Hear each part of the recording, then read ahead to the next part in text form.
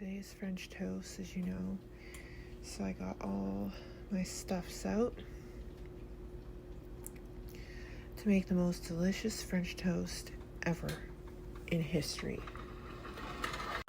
So first thing we're going to do is, like always, crack the eggs and, I forgot the milk. I'll use creamer today. The milk expired. So I'll use creamer today, but we're still gonna make the most delicious French toasts in the world. Okay, so I'll be right back to get the creamer, and then we'll get cracking. Yeah. All right, so we got our eggs in my pocket in my new apron, which you didn't get to see Facebook because I was in jail at the time, but I got a new apron.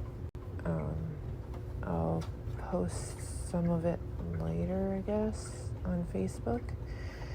But yeah, I got a new apron, which is really nice. It has two really big pockets, which can hold about 8 eggs. 8 eggs. So that's a lot of eggs. As you can see, I have about 5 in here now, and there's still quite a bit of room. So I could fit about 8. And so I put the eggs in my pocket, and then I start cracking them into the bowl. And then I add the creamer. I mix it first. Then we do cinnamon. Alright, so they're cracked.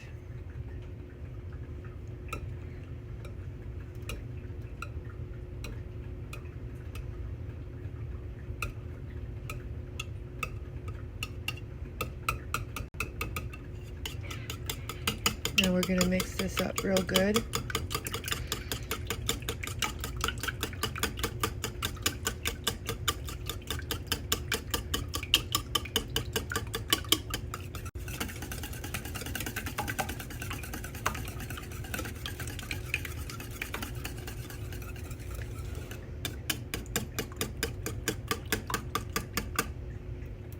Alright, that looks real good now.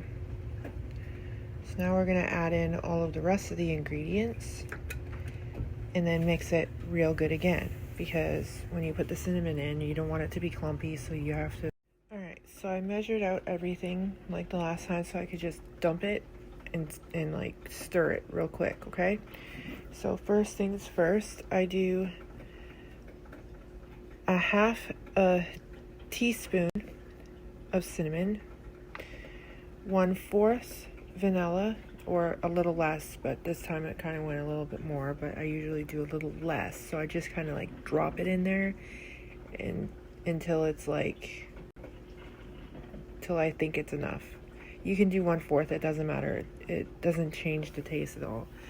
And then 3 gigantic tablespoons, like, you know, like serving spoons, like they're huge, not like a tablespoon, but like a big spoon of sugar. I do 3 and a tiny bit. Okay, so when you're done, it should look something like this. Now, that's not clumpy, but that's basically what you'll get with the cinnamon.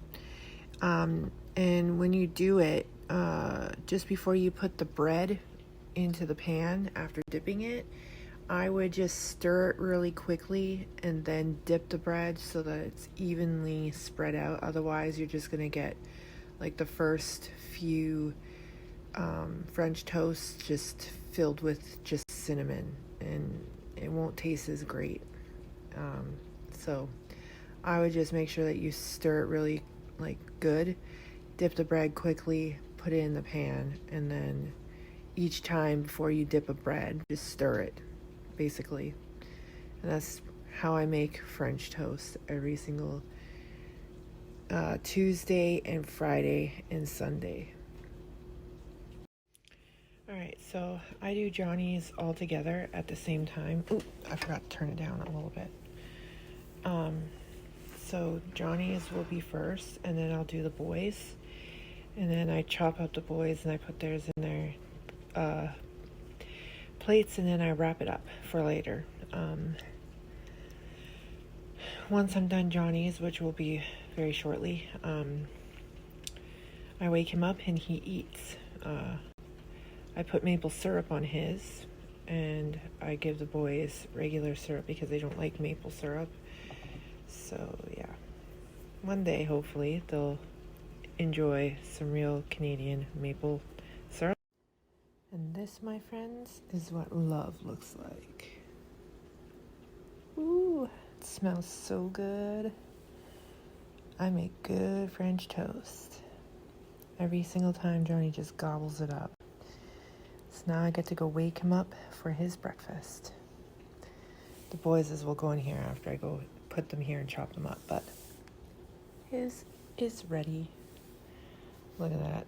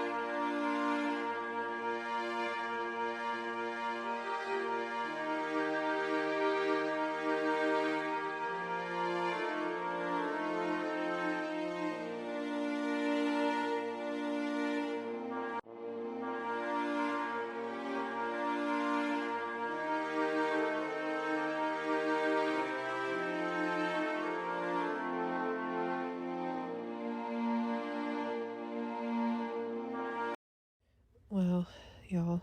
It's the end of the day now, and I got half of it done. I'll do the other half tomorrow. It takes a while because I'm doing the triangles from my granny crosses. See? So it takes a little while longer to do them. And then when I'm done, I'm going to be finding some fabric to put on the back. And then I have to sew it on the inside here, all the way around. So it's going to take a while.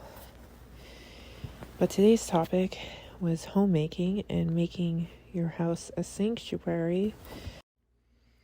My hopes are that through watching how I live my life, trying to glorify and honor the Lord, that it'll inspire others to do the same. And if you only want to read about women's biblical roles, I have put lots of those scriptures all over my page, just speaking about women in general, because that's basically what I teach. So if you go through my highlights, which are on my bio, you'll see every single scripture that you could ever find on women. And who here remembers the show Seventh Heaven? The theme song was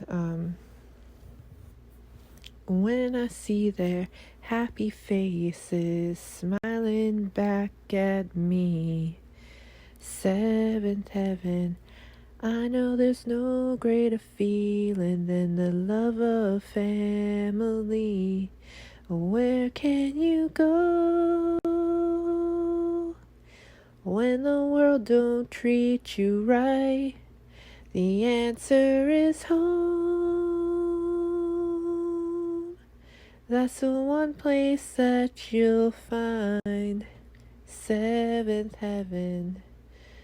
Oh, seventh heaven. Seventh heaven. Anyways, the point is that your home should be a sanctuary, a place for safety and security, a place for your family members to want to come home to and want to stay home. They'd have to be dragged away, basically, or have great responsibilities to force them out, but they'd be rushing home right after their duties. So if your family members aren't rushing home and they're not eager to get home, there's something wrong. So that's why we talked about homemaking in depth. It's not just cooking and cleaning. It's setting up an environment of safety and security. So I hope you enjoyed this, and I hope you had a wonderful Tuesday. I'll catch you guys tomorrow at 4:30 in the morning. See you then.